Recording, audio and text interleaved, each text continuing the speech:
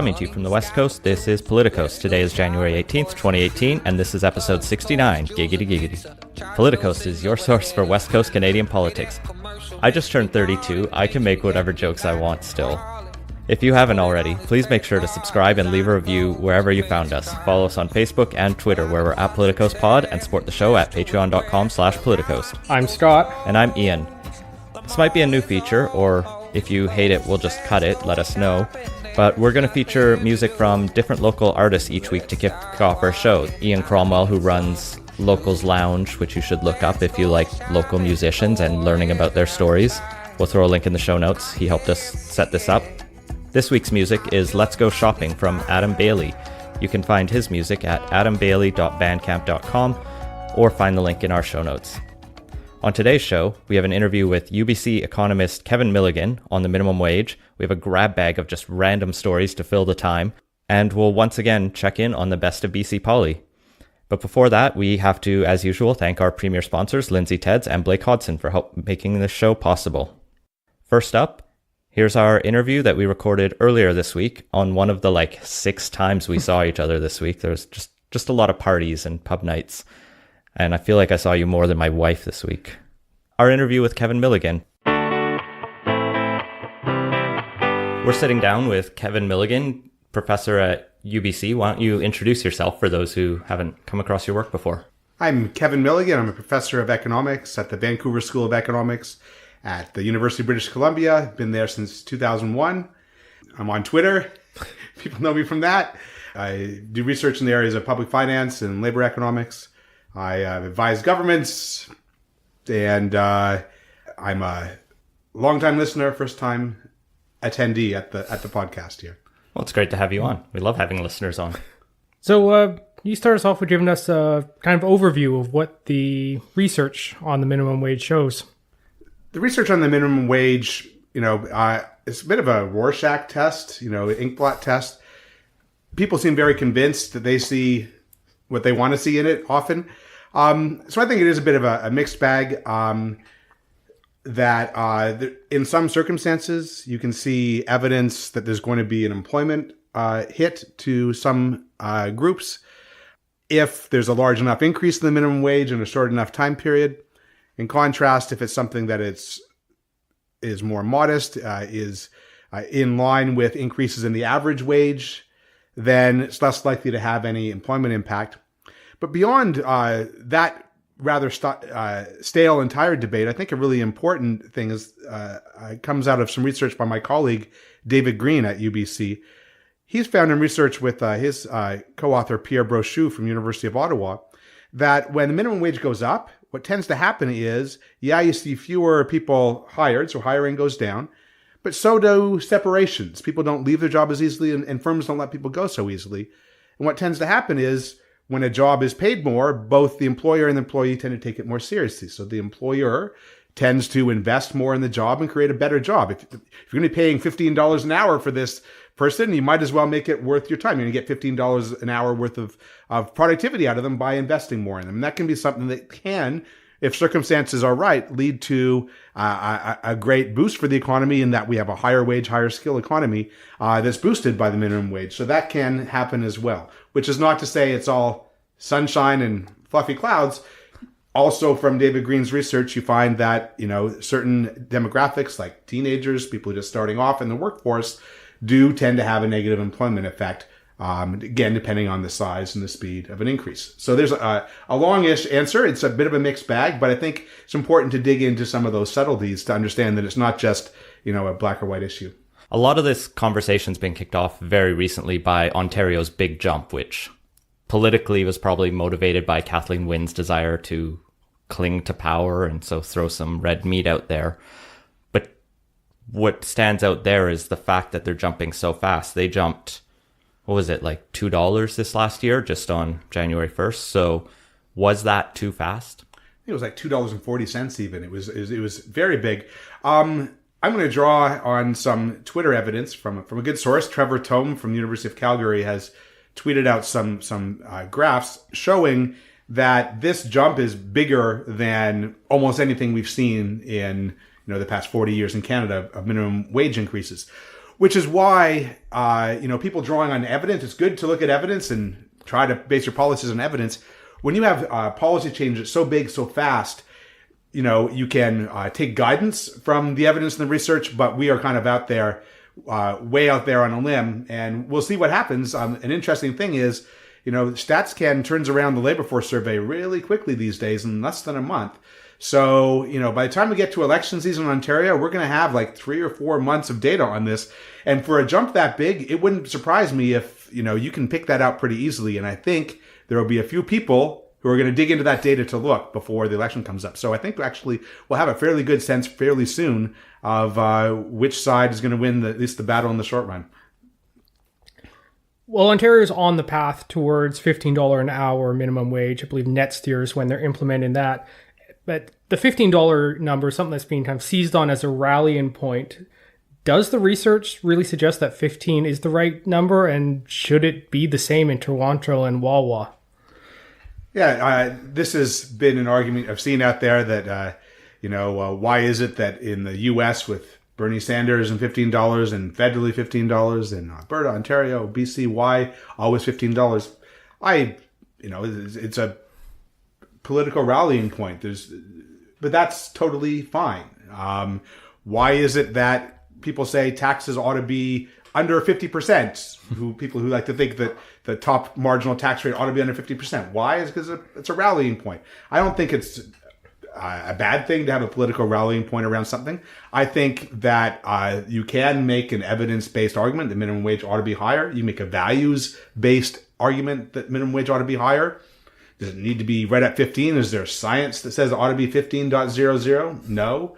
There's not science that says that the carbon tax ought to be, $50 a ton, 50.00 in every province for every industry. Rural BC is different than urban BC. And you could imagine having lots of things, tax rates and government things that would vary to one's particular circumstances, but that's not the way we do things. So I think it's fine to have the same minimum wage in a variety of circumstances, and I think it's fine as a political rallying point to have it at $15 as a target. Is it fine to do it as quickly as Ontario has done it? Well, we will see in a few months. I am a bit skeptical that it's going to, pass by easily without any disruptions in the labor market because, again, it's such a big jump so quickly. One thing people point to rather than the $15 target is, well, that's not even enough because the living wage, like here in Vancouver, has been set around $21, $22 an hour. I imagine Toronto's pretty similar. In Kelowna, it's probably half that or something. But the question arises, how do people come up with this living wage calculation? And should that be where we move the minimum wage to?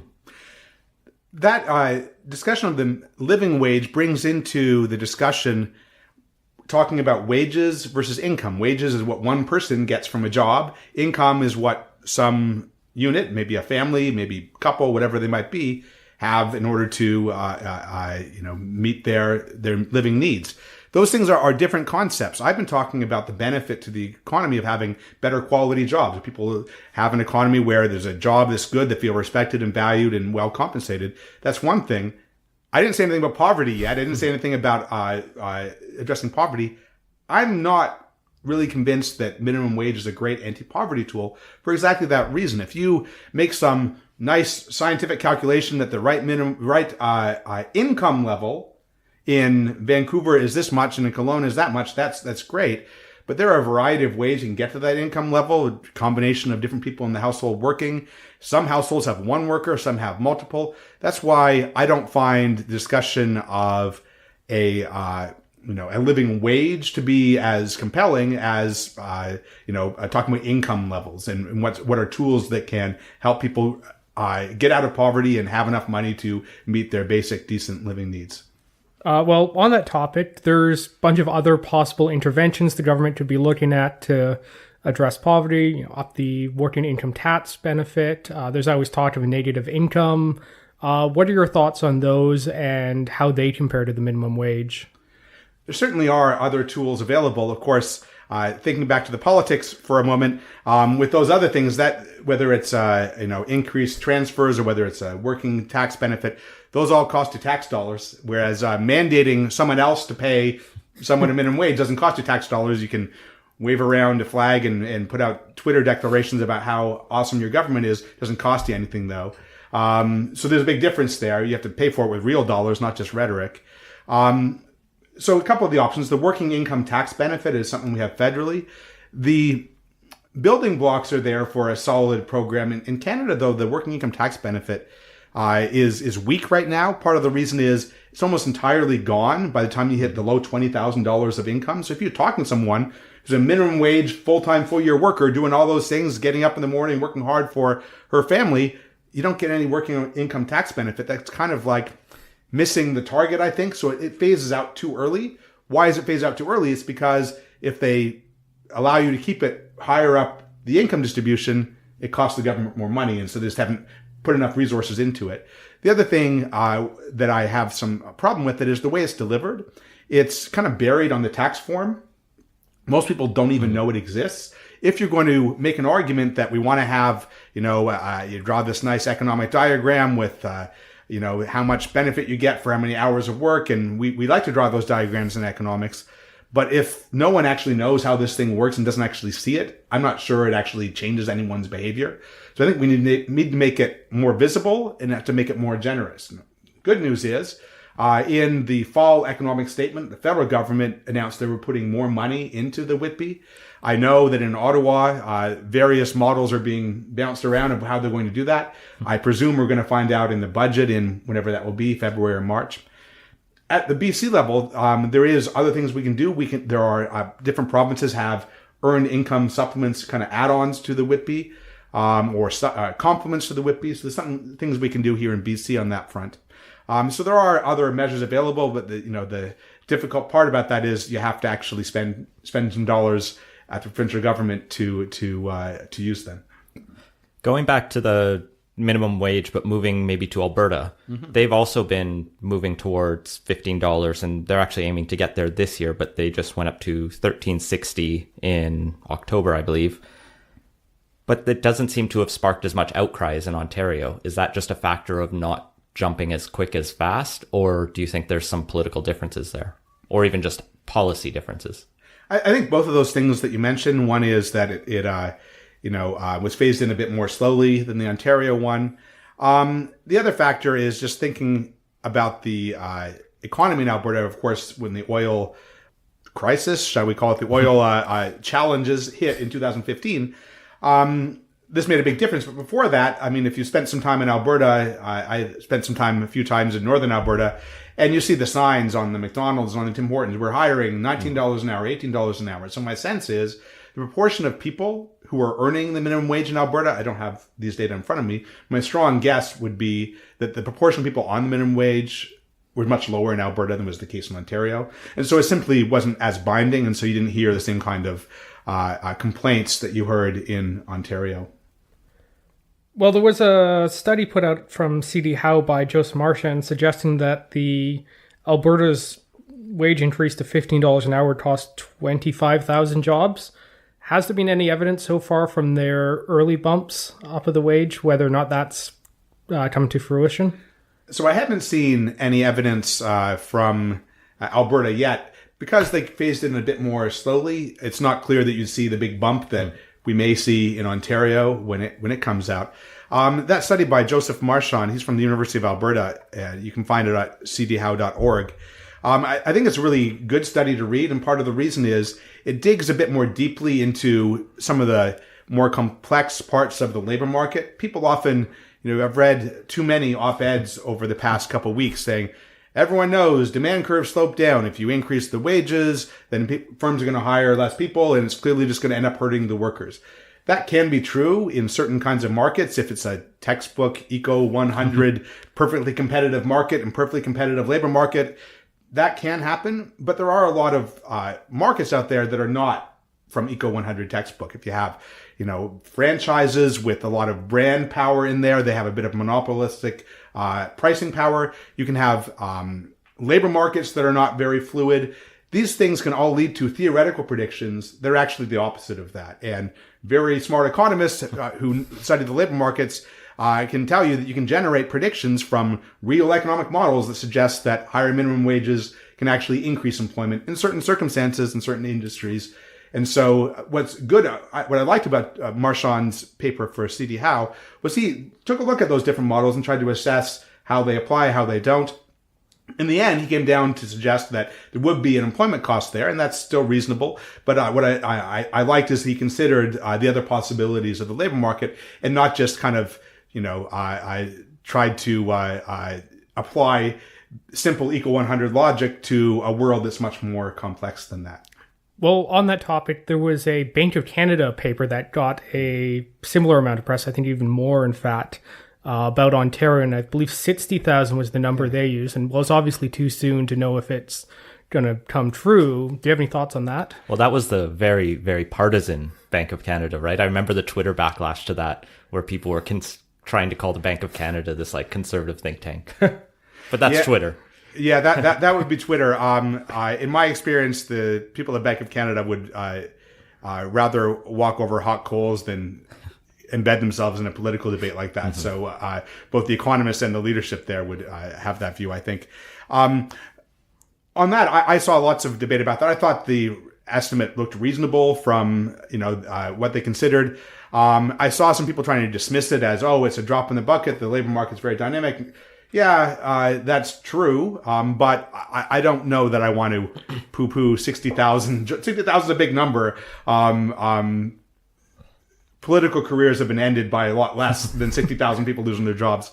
So I think that's a real number. I don't think it's the final number. I think it's an interesting piece of analysis. Again, I think we will see over the next few months, with such a sharp increase in Ontario, I think we will have a better sense of where things may be softer, where there may be a soft underbelly to this policy. Where I would look for that is specifically in the teenager labor market. That's one where I would expect to see an impact if there is going to be one, and that would happen fairly quickly. So I think we'll have some answers soon. One of the other studies I saw you tweet out when someone was asking for Econ 100 level discussions of this was from the Canadian Centre for Policy Alternatives, and they've been pushing hard for $15 minimum wage here in BC. Their recent recommendations for the commission that came out this past week, this Fair Wage Commission that we were talking about just before we went on, which is, one of the many task force and commissions that a new government that maybe didn't expect to win ends up doing, I guess. Their recommendation was basically from the CCPA, let's do a front-loaded increase, jump to $13 in March of this year, and then $14 in September and $15 by next March. And that would be up from the $11.35 right now. Do you think that's a good path to go, or do you think that's maybe too steep? Would you smooth that out a little bit? Yeah, the study you mentioned is by David Green, my colleague I was citing earlier. He wrote for the Canadian Centre for Policy Alternatives here in Vancouver. And it's, again, I think a really nicely done work. He talks about some of his other research I was mentioning about the idea that with higher wages, the firms are going to invest more in their employees, and that kind of positive, virtuous cycle that we hope could happen, and he makes a good case for it. He also talks about just the moral aspect of it. He brings in both the hard economic efficiency, but also the hard moral case that this is a good thing to do. So he defends those views very well. So I recommend that paper for people to read as well.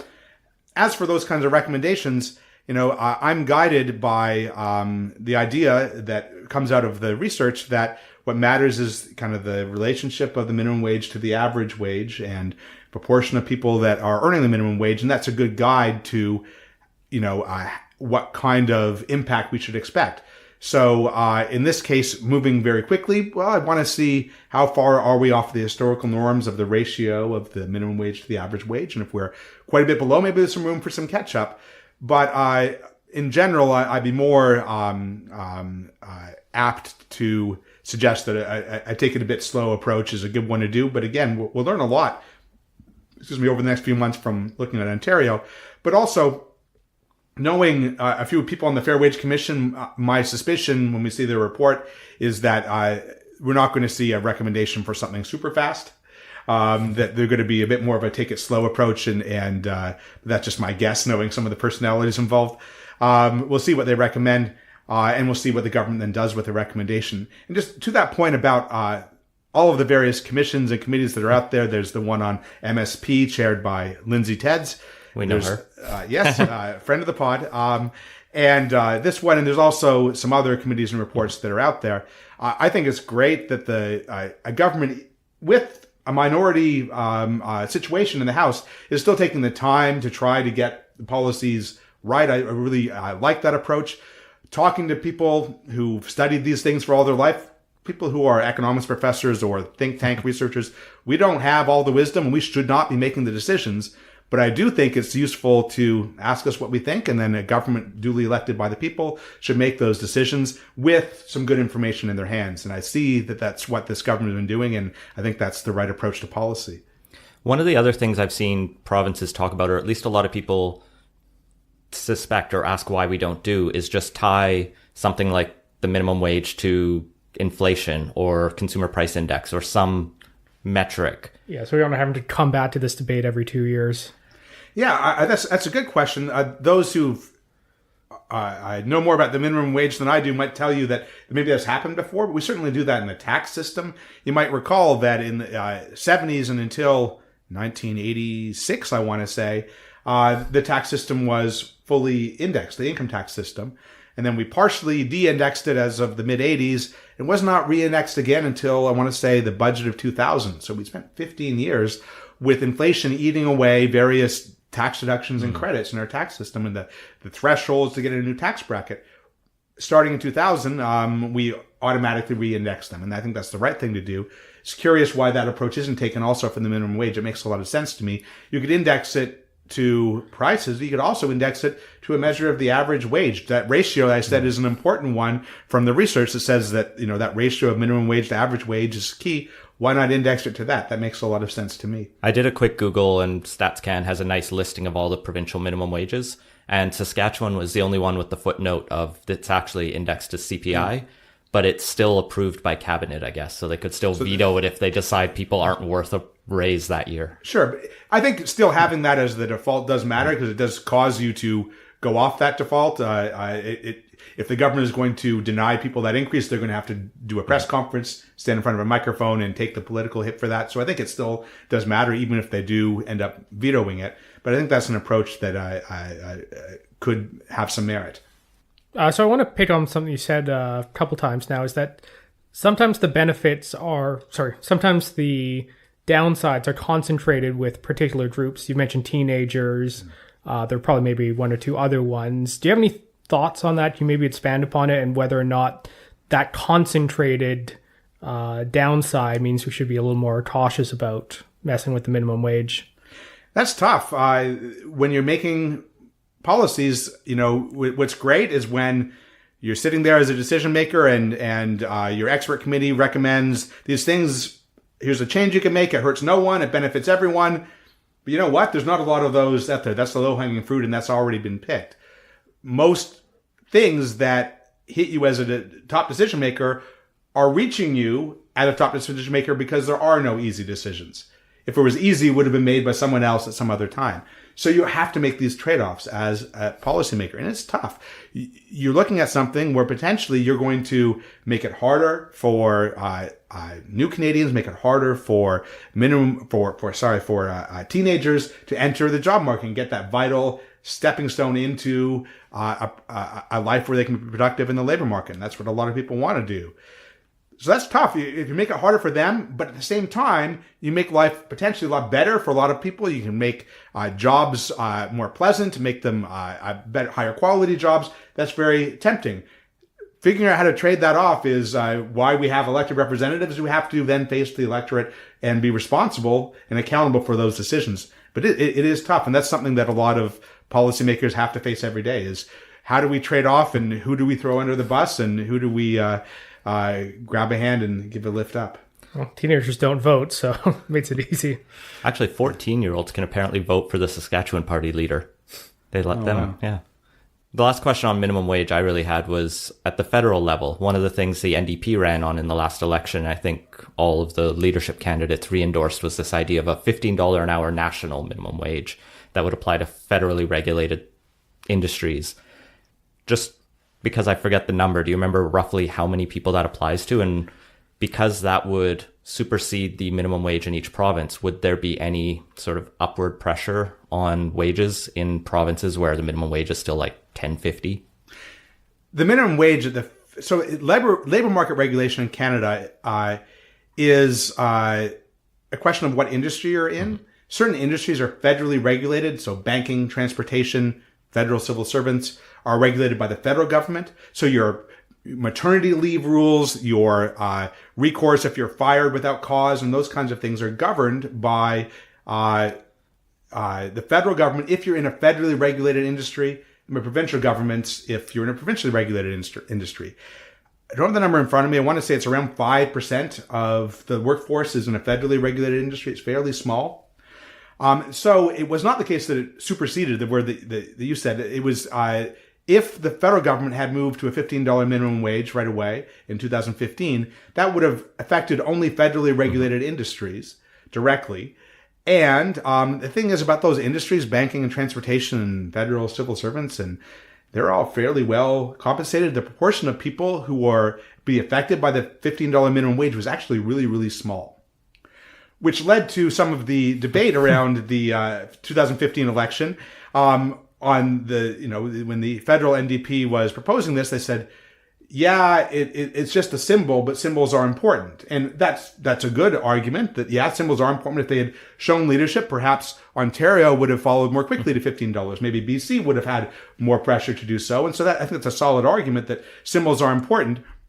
The counter argument to that was, yeah, but if your number one economic policy that you're putting on the table for Canadians is just a symbol, maybe there's other options on the table than just doing a symbol. Symbols are good, but maybe we should do something beyond just a symbol. So that was a flavor of the debate of the 2015 election that I just got a chance to revisit. But yeah, I think now that we're a couple years down the road, what should happen in 2019 for that? Provinces have already moved up. You have Ontario, you have BC. We'll see what happens in BC. Ontario and Alberta are moving to 15. BC is almost surely going to move in that direction. Now the federal government will be paying catch up more than anything, but still the minimum wage at the federal level isn't a really important policy tool because of the fact that it covers so few people.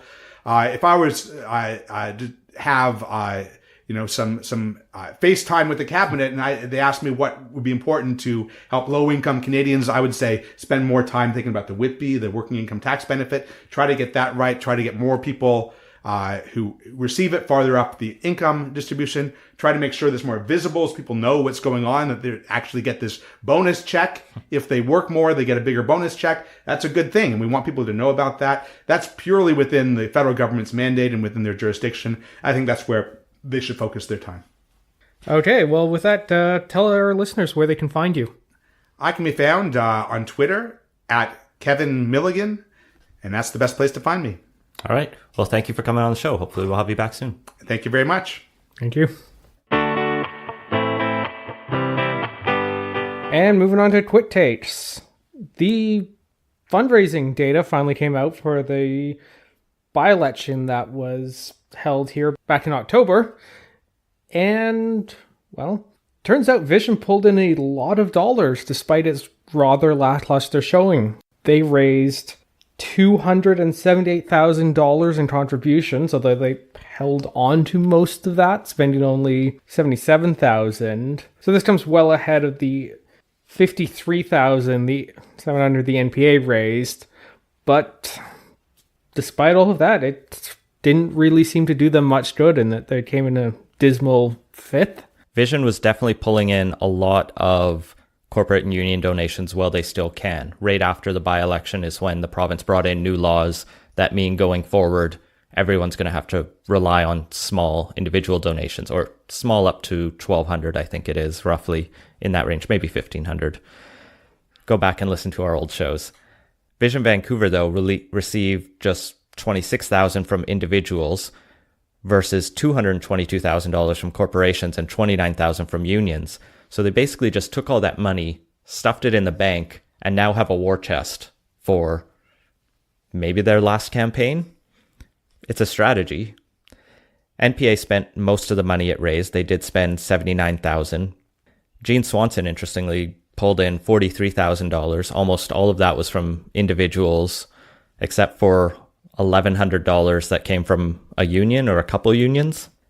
and she ended up spending most of that. The Greens similarly raised about $45,000 and spent not actually as much. They sort of split their spending between the Green Party return and Pete Fry's personal return. So between that, they spent maybe $15,000. They also, we didn't look at the school board returns, spent some money there, which paid off in droves. My favorite number there, though, was that Sensible Vancouver's candidate, Mary Jean Dudson Watermelon, more famously, spent over $52,000, much of that coming from things like cannabis culture and some of the most prominent cannabis activists in the city. Now, she got some press for that, but did she get $52,000 worth of press when that's in the range of what, say, the NPA was spending? I would say not, especially considering she only pulled in 1,737 votes, which makes those very expensive votes.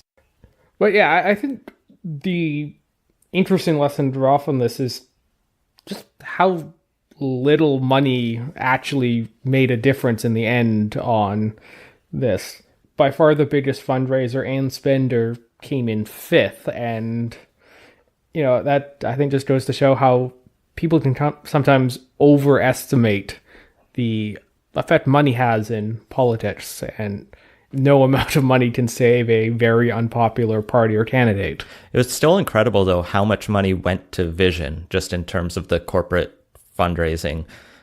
Nobody likes them anymore, but they clearly have a well-oiled fundraising machine. Well, and Hector Bremner ran on the, I want to basically let everyone build everything. And that's the kind of campaign you would expect developers to just shovel money at. And they did give him some. They gave him enough, but they weren't giving in the six-figure range that Vision pocketed. So, I don't know. Maybe NPA is still waiting to build up there. Well, I guess they can't reach into those corporate pockets now. Yeah, and, a lot of developers I'm sure would be happy with it. But some of the really big ones, they're not all that upset about some of the restrictions and red tape they face, because it's a barrier to entry for their smaller competition. It is impressive, though, to see how much Jean Swanson was able to bring in, almost all from individual donors. They list on each of these how many people had donations that were under $100, and she had almost 500 sub $100 donors, which are the more realistic. By comparison, Vision had 50. So she had 10 times the grassroots support effectively. But this gives a sense of where things are going to line up for this fall. We have Vision with tons of cash in its pockets, NPA with a fairly streamlined machine. They're able to raise what they need. They don't have the big donations yet. And even the grassroots campaign of a Jean Swanson type can work because there is an appetite for that, and not just to make noise on Twitter, but people were willing to put $43,000 up for it.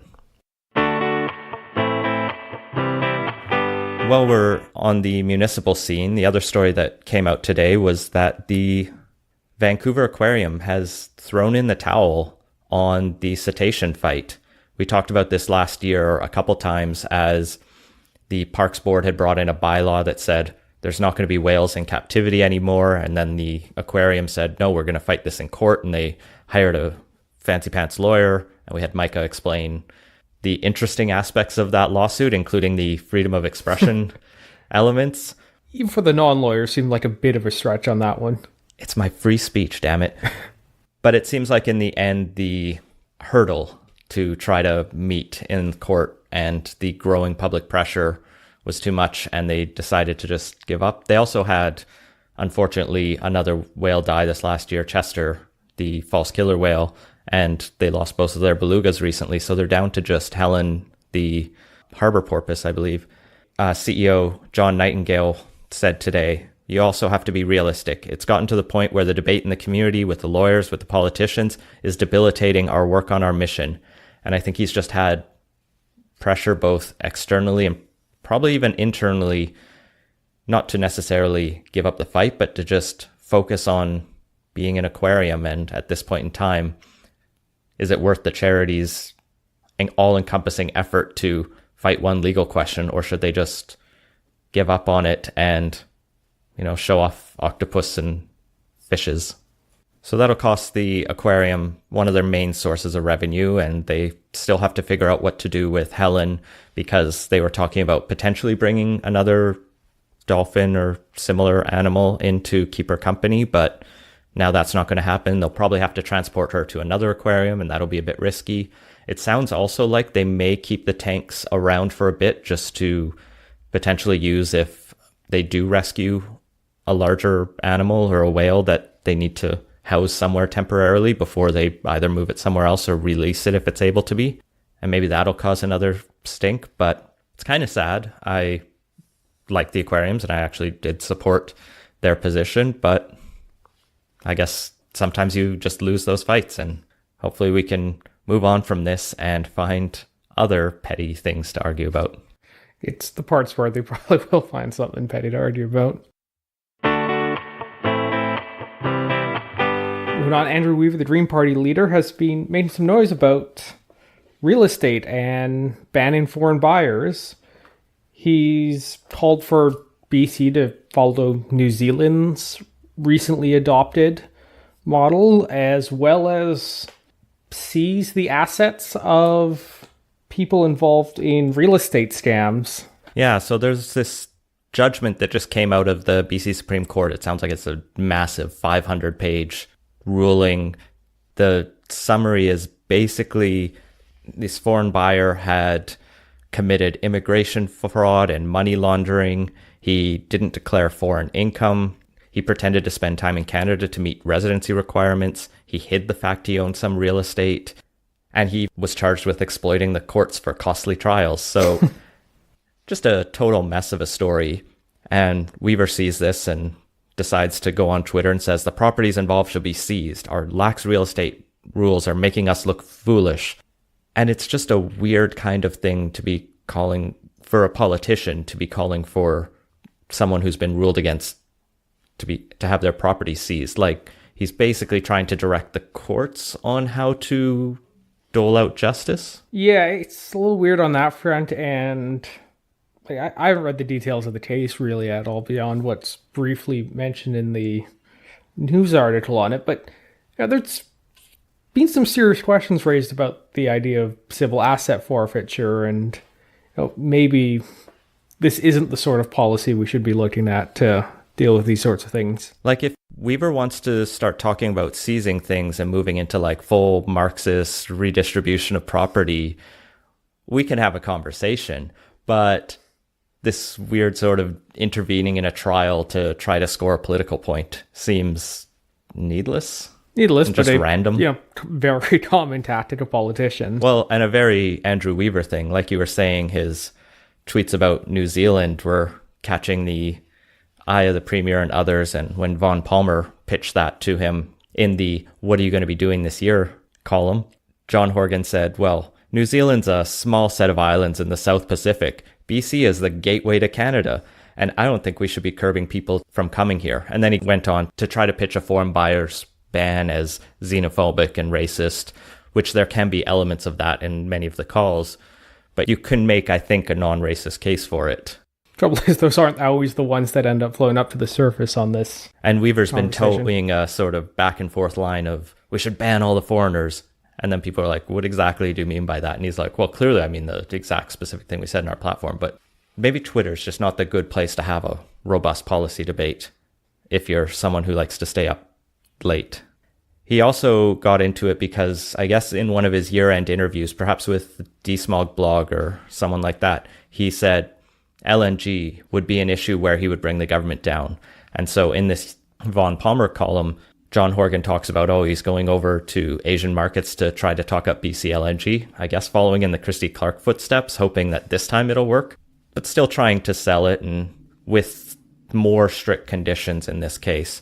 And Weaver is now tweeting this week that he would bring down the government if it goes ahead with LNG. He said it's a hashtag line in the sand even, which is a lot of talk, but it's not like there's going to be a confidence vote on LNG. Yeah, LNG wouldn't trigger a confidence vote unless it's part of the budget and he's willing to defeat the government over the budget, and that only works also if the Liberals want an election at the same time, because those 3 votes don't matter when the Liberals' 41 votes can, easily push things or over the threshold on that one and keep the confidence. So it's going to be hard for him to force an election. Also, just strategically stupid if he does this before the referendum on PR.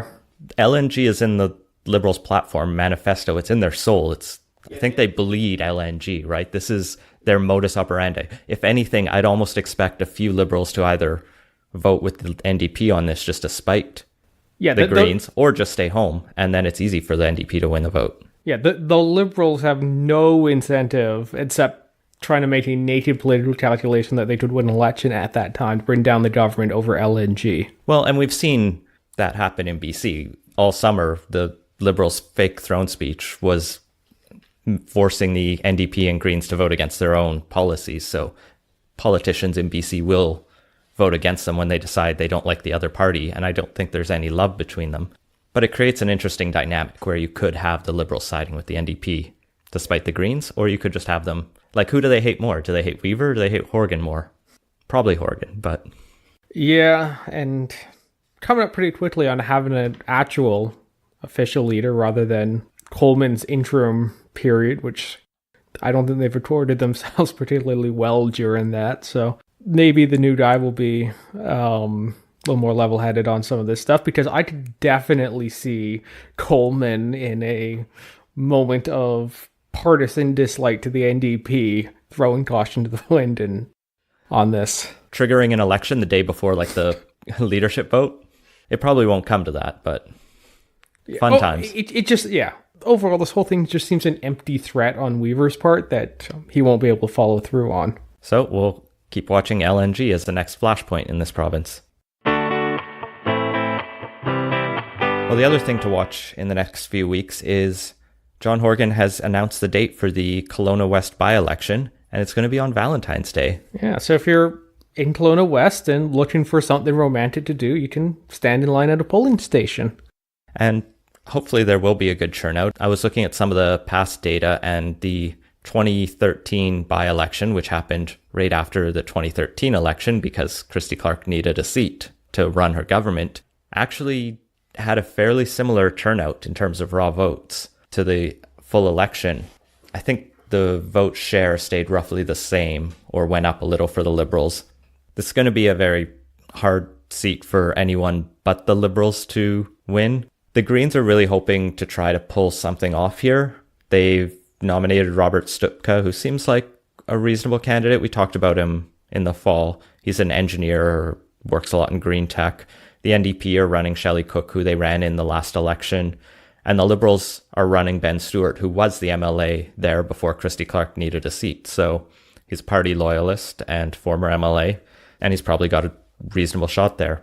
In the last election last year, the Liberals took 60% there to the NDP's 25% and the Greens 13%. So it's hard to find a path for anyone to knock the Liberals off. Maybe if the Liberal voters are just really disillusioned with how the party's behaved in the last year almost and just to stay home. But even then... That's pretty unlikely. Like, by-elections have lower turnout, but it's usually fairly uniform. And if anything, the NDP is not in favoring themselves to interior voters right now. So maybe the Greens and NDP will switch spots but still stay in the... Turnout's not going to fall so much that it can close a 35-point gap. The only other thing I'll say about by-elections is the key numbers to always watch are just the raw votes and how those shift from the previous election. If you look just at percentages, you can read a lot into them when it might not be something there.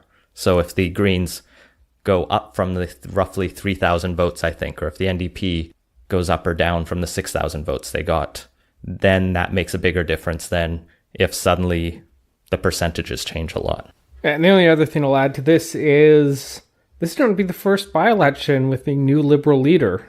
So no word yet on how that's going to shake. I imagine it's not going to make much of a difference one way or the other, but nevertheless, it's interesting. If it's Diane Watts, she'll need a seat to run in, so there might have to be another by-election. Yeah, that is true. Although her campaign doesn't seem to be going that well.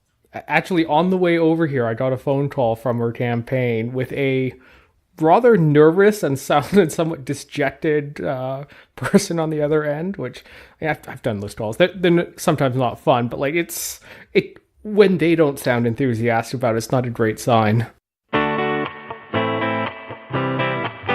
Well, moving on, we got some polling data about what British Columbians think about the Site C decision. So Angus Reid released a survey this past week that they conducted back in December.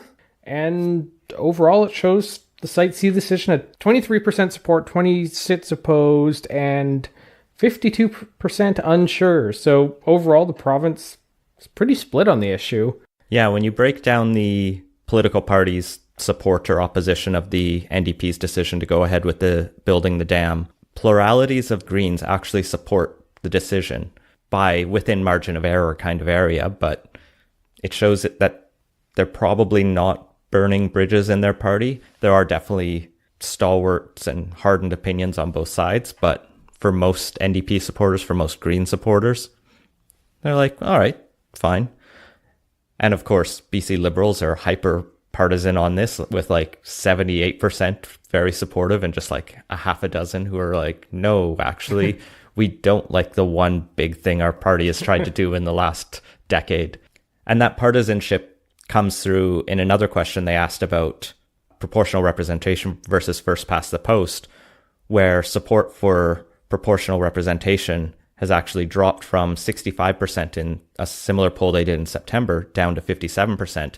And most of that comes from BC Liberals becoming hyperpolarized on the issue. Well, more polarized. Yeah, so they dropped from 52% support a new system, which is margin of error within being undecided on the issue, down to 36% between September and December. So their votes are moving. They haven't abandoned the idea of changing the electoral system, but you see only subtle shifts in the Liberals and Greens.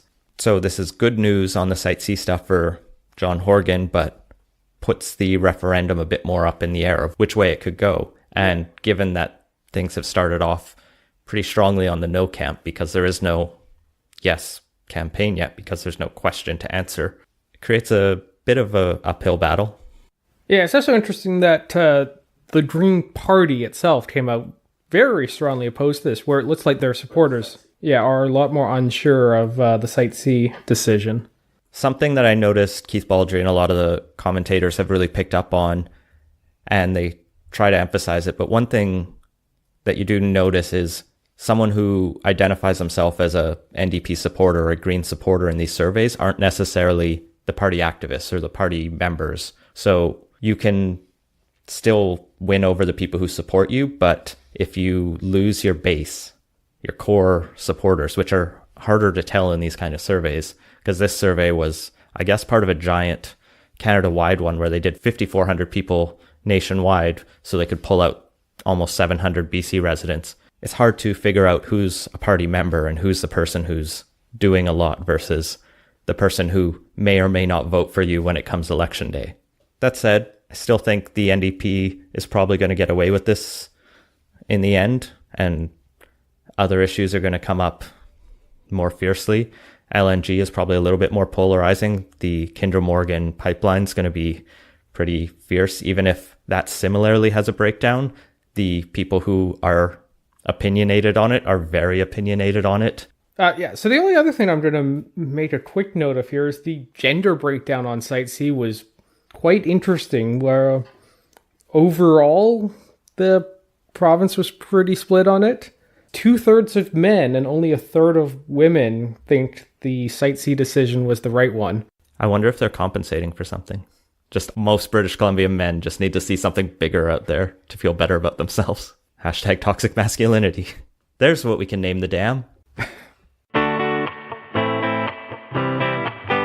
Well, moving to other things to polarize at least Metro Vancouver, a preliminary report from the Road Pricing Commission has come out, and there's not a ton of detail in there, but they have managed to cut the 10 initial options that they were looking at down to just 2. And so this is pitched as the government's approach to, well, we got rid of tolls on the two bridges because that system didn't make sense and it made life unaffordable. But road pricing can be a way to reduce congestion, encourage other things, and also pay for TransLink. Yeah, it's worth pointing out here that the Road Pricing Commission came from the Mayor's Council. It's not a provincial initiative. The Mayor's Council has been supportive of this in the past. I'm not actually sure where the new leadership sits around this issue, but yeah, overall they've been supportive in the past at looking at this. And yeah, the basic theory is right now the roads are effectively free to drive on. When something's free, people overconsume it, take more trips than they need to, put a price on it, people start to ration their trips a little more, gets congestion. Well, you saw this as soon as the toll dropped off the Port Mann Bridge. There were stories about huge traffic jams literally the next day. Yeah. Because people are like, oh, now the bridge is free, I'm going to take it. Yeah. Because it's a nice bridge to drive across. Oh, it's great. Not when everyone else is doing it. But yeah, and that's the thing. It's like, before that toll came down, a lot of people were saying, and unfortunately they weren't listened to when they were like, no, this is going to cause a traffic problem because you're going to get a surge in demand. So the commission has come up with its two possibilities. The first is making downtown Vancouver a congestion charge, the way London and some other European cities have done, and then also put charges at pinch points around Metro Vancouver, like tunnels and bridges. I think it would be a bit more consistent, so the Massey Tunnel, the Alex Fraser, and other bridges than just the Port Mann and Golden Years, and probably maybe even the two crossings to North Van would also face tolls in that situation, to basically just even it out and make sure it's fair and provide a bit of funding. The other model is something that the report admits has not actually been done anywhere in the world, but I think it's the urban economist's wet dream of charging drivers based on the distance traveled, and then also applying a variable location or time-based fee. So if you're driving at rush hour, you pay a bit more than if you stagger your commute by an hour or two even. Or if you drive on weekends, it's cheaper. And you'd need to have some technology involved in this, maybe put GPS trackers in everyone's cars or something. We already had RFIDs in our cars to drive across the Port Mann Bridge, and this is how I think London is doing its congestion charges these days. So it's not such an invasive thing, but they are considering privacy concerns around this as well, because it does get worrying if the city has built up a database of where everyone is driven all of the time and can say, oh, that's where Scott was. So they're looking at those two options and going to continue consultations for the next couple months. There's going to be an online survey opening next month, and we'll throw links into the show notes, with the final report coming out in April. Well, moving from a smarts roads initiative to a very dumb roads controversy, there has been yet another development in the ongoing conflict between Saskatchewan and Alberta over license plates, and this We're not calling it Plategate. we are not. I'll go for War of the Plates. This time over where to hold the meeting to discuss the dispute. The Peace Plate Summit. Yes. So originally it was proposed for Lloydminster, which is, for those of you who don't know, literally on the border between the two provinces, as in half of Lloydminster is in Saskatchewan, half of it is in Alberta. So, the obvious place to do it. But Saskatchewan, citing travel considerations, wanted to move it to Medicine Hat because it is more equidistant between the two capitals. And CBC did a great little map and diagram on this one of how far it was to each. They painted in the roads in yellow, and Edmonton to Lloydminster is only 280 kilometers versus 580 from Regina. But Edmonton to Medicine Hat is 530, and it's 466 from Regina to Medicine Hat. So we'll put this in the show notes, or maybe it's the episode title. I haven't decided yet, but it's just the kind of map that someone drew for pretty much everyone who's never been to rural Alberta, I guess, and that's fair. Alberta is saying that they had agreed on this Lloydminster location, but Saskatchewan is still hemming and hawing that no, they never set it in stone or finalized this. And the summit itself, I'm going to call it a summit because it needs to be that epic, was scheduled for the end of the month. And if that isn't reached and they don't come to an agreement there, because Alberta has filed its initial petitions under the New West Trade Agreement, the Western Canadian provinces do actually have a semi-free trade agreement. Because this is apparently a thing that has to exist in Canada, but At the sub-federal level. Yes. But that is a whole other topic for another time. If they miss the chance of making an agreement at the end of this month, they'll go to binding arbitration or something, and then maybe they'll figure out if people driving their trucks with Alberta license plates can work on Saskatchewan construction sites or not. Brad Wall's not even going to be premier for much longer. I don't know what he's fighting this for, other than just because pissing off the Alberta NDP works for the Saskatchewan Party, and this Alberta NDP pissing off the Saskatchewan Party works for them.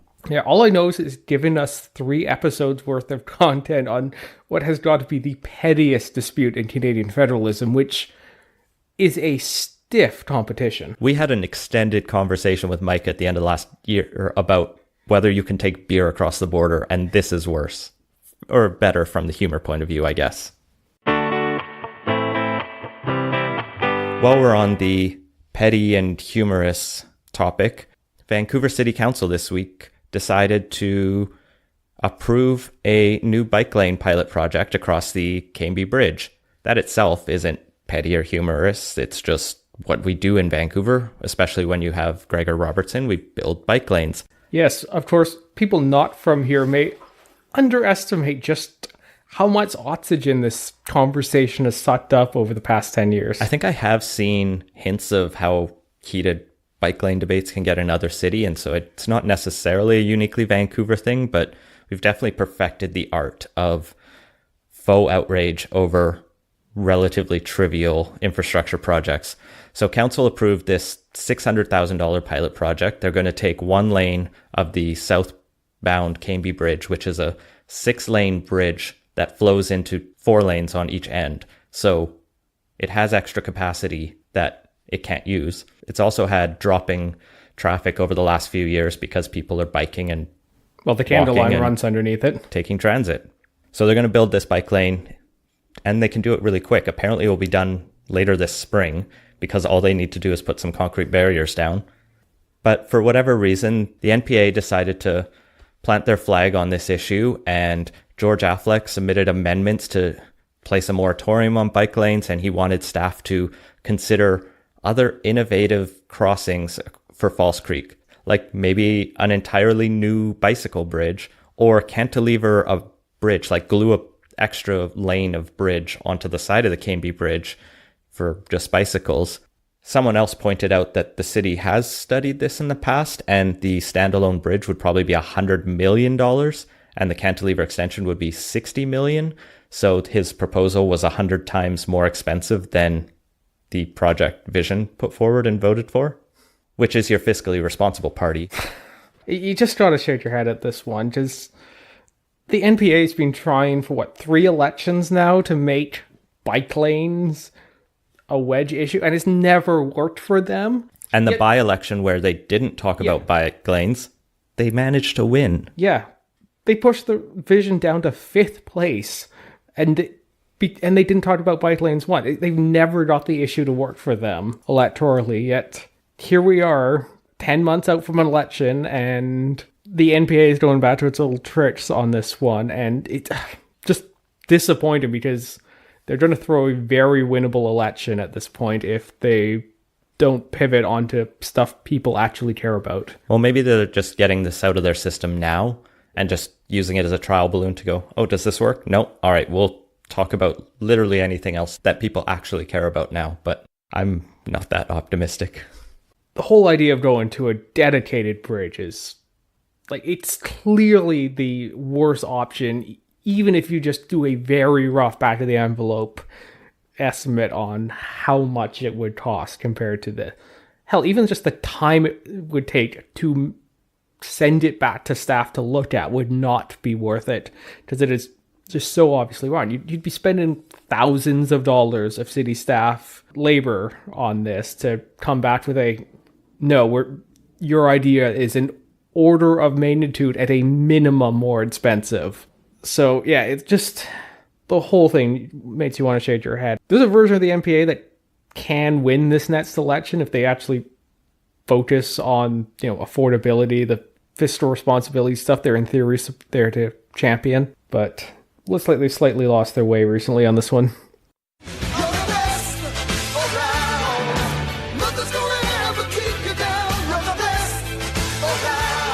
Well, that's as good a place of any to pick up the best of BC Poly for this week, because I think a lot of the best tweets came not from Melissa DeGenova, MPA councillor, but following her.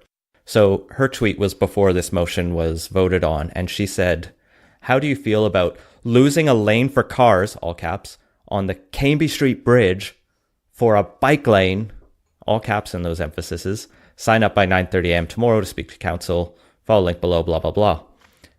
She ended up getting 202 replies to 23 likes as of the time we are recording, which Dave Mosscrop at David_Mosscrop subtweeted, "Learning moment. This is what we call getting, quote, ratioed. It's also what you get for being an anti-urbanist and for abusing all caps." The whole thread there was just gold. There were a bunch of great replies. Scott M. at Putwa, that's APUKWA, replied, "I feel great about it. So glad you asked/shouted." There was another thread that followed this where eventually got to the point where at Bill McCreary said, "Why not bike ferries in False Creek?" So to preserve the bridge for cars. And we have ferries. We have little small ferries, but we could have more. But Mark Allerton escalated this and said, "Why not have cyclists carried across the water in the grip of a giant bird?" To which Patrick Johnstone at PJ New West, the New West City Councillor, replied, "Any bird large enough would be difficult to train. I'm thinking a trebuchet-based solution may be more practical." This is what we like to see. This is top-notch subtweeting and retweeting, and just lots of snark. Keep it up. On other topics, there was an interesting tweet out of Kamloops where Donovan Cavers, at Donovan Cavers, who was a Green candidate in the last election, he said, "Today I, as a former MLA candidate running against him, would like to formally endorse KST MLA at Toddstone BC for leader of the BC Liberals. He's shrewd, witty, and young enough to hold power, till he and the party has had time to learn to collaborate with others." And I'm not sure how much sass is in there, but it feels this pretty high. This is about Twitters. It's hard to convey tone. Most of the replies seem to suggest this was a pretty heavy backhanded compliment.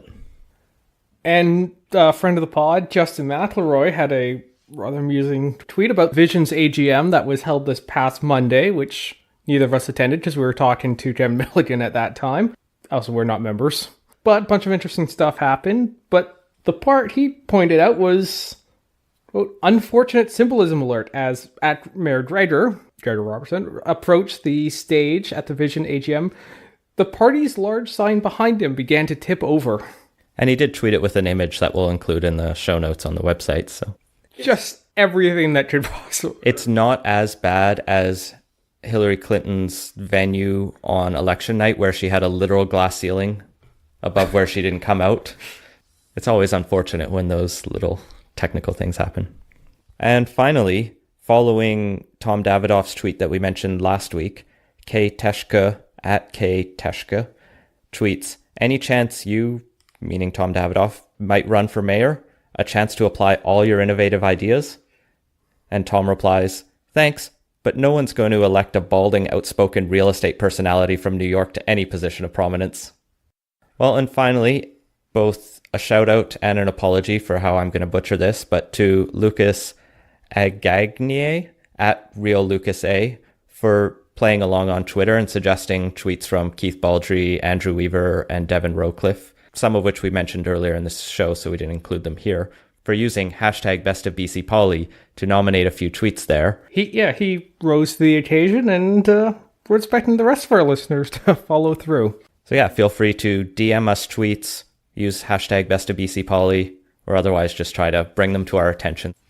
And that has been Politos. Find links to the stories we mentioned in the show notes at politos.ca. Make sure to subscribe wherever you listen to podcasts, and follow us on Facebook and Twitter at PolitosPod. Leave us a review and let us know what you think. Support the show and get early access to our interviews at patreon.com/blogpost. And if you have ideas for the show, feel free to send them to us. Thanks for listening.